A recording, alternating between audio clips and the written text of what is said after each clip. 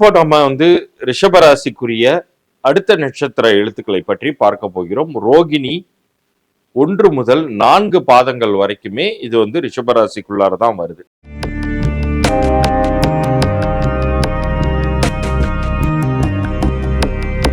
ரகசிய உண்மைகள் நேயர்களுக்கு சதீஷ் ராவின் வணக்கங்கள். அதுலயும் குறிப்பாக இப்ப நான் சொல்லக்கூடிய இந்த பகுதியை முழுமையாக பார்க்கும் பொழுது உங்களுக்கு ஒரு புரிதல் ஏற்படும். அதனால பாதியிலேயே கட் பண்ணிட்டு போகாதீங்க. அப்பதான் உங்களுக்கு ஒரு குழந்தைக்கு பேர் வைக்கும் போது நட்சத்திர எழுத்துக்களை எந்த அளவுல பயன்படுத்தலாங்கிற முழு தகவல்கள் உங்களுக்கு கிடைக்கும்.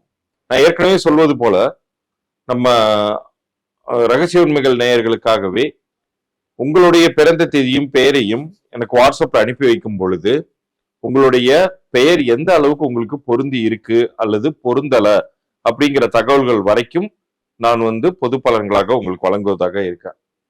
அது நம்ம சேனலை சப்ஸ்கிரைப் பண்ணி ஸ்கிரீன்ஷாட்டோட அனுப்பும் போது ஒரு 3 நாட்களுக்குள்ளார நான் உங்களுக்கு அனுப்பி வைப்பேன்.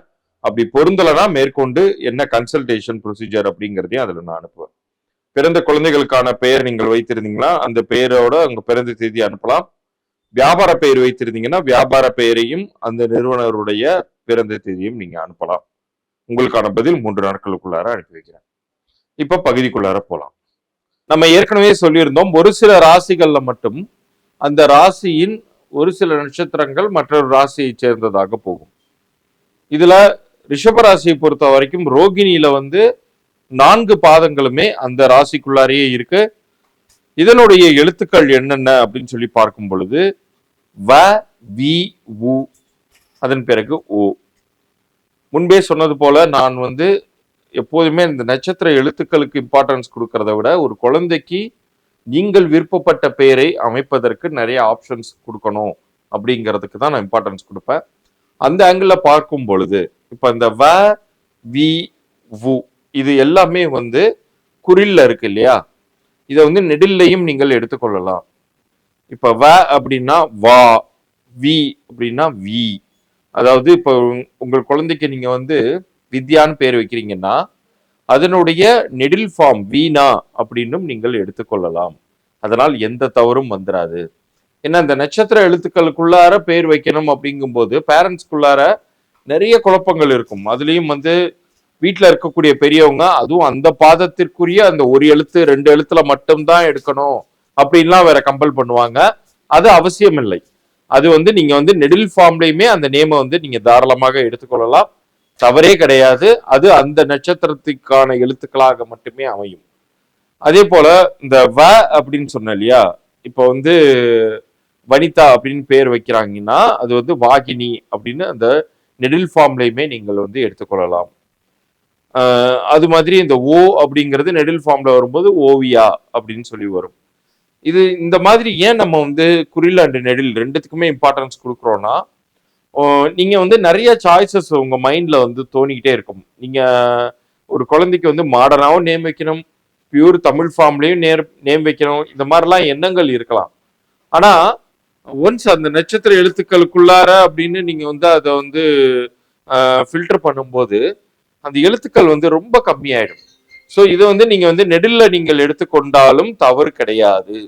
நெடில்ல நீங்கள் எடுத்துக்கொண்டு போது உங்களுக்கு நிறைய ஆப்ஷன்ஸ் கிடைப்பதோட ரொம்ப ரொம்ப முக்கியமான ஒரு விஷயம், அந்த நட்சத்திர எழுத்துக்களை தாண்டி எண்கணித எண்ணும் அந்த குழந்தைக்கு பொருந்தும். நிறைய பேர் நினைச்சிட்டு இருக்காங்க அந்த நட்சத்திர எழுத்துக்கள்ல முதல் எழுத்தாக வைத்தாலே நம்மளுடைய குழந்தைய ரொம்ப நன்றாக வாழ்க்கையில லைஃப் நல்லா வருவாங்க அப்படின்னு. அப்படி கணக்கு கிடையாதுங்க. அவங்களுக்கான அந்த டேட் ஆஃப் பர்த் டோட்டல் எல்லாம் இருக்கு இல்லையா, அதற்கு பொருந்தக்கூடிய லக்கியான நேம் நம்பர் அமையணும். அதுதான் வெரி வெரி இம்பார்ட்டன்ட். அப்படி அமையும் பொழுதுதான் அது அந்த குழந்தைக்கு 100% முழுமையான நற்பலன்களை கொடுக்கும். உங்க வாழ்க்கையில நன்றாக படித்து ஒரு சிரமம் இல்லாம, ஏன்னா இந்த கிரக பயிற்சி ஒரு சில நேரங்கள்ல சாதகமாகவும் ஒரு சில நேரங்கள்ல பாதகமாகவும் அமையும். எல்லா நேரங்கள்லையும் ஒருவருக்கு நல்ல சூழ்நிலைகளே அமையும்னு சொல்ல முடியாது இல்லையா? அது மாதிரி பாதகமான சூழ்நிலைகள் காலகட்டத்திலேயும் ஒரு நட்சத்திர எழுத்துக்களோட சேர்ந்து அந்த எண்கணித பெயர் எண்ணும் சரியாக அமையும் பொழுதுதான் அவங்களுடைய லைஃப் செக்யூர் ஆகுது. ஸோ அதுக்கு இம்பார்ட்டன்ஸ் கொடுத்து நீங்க உங்க குழந்தைக்கு பேர் அமைங்க. நிச்சயம் வந்து அவங்க லைஃப்ல நல்லா வருவாங்க.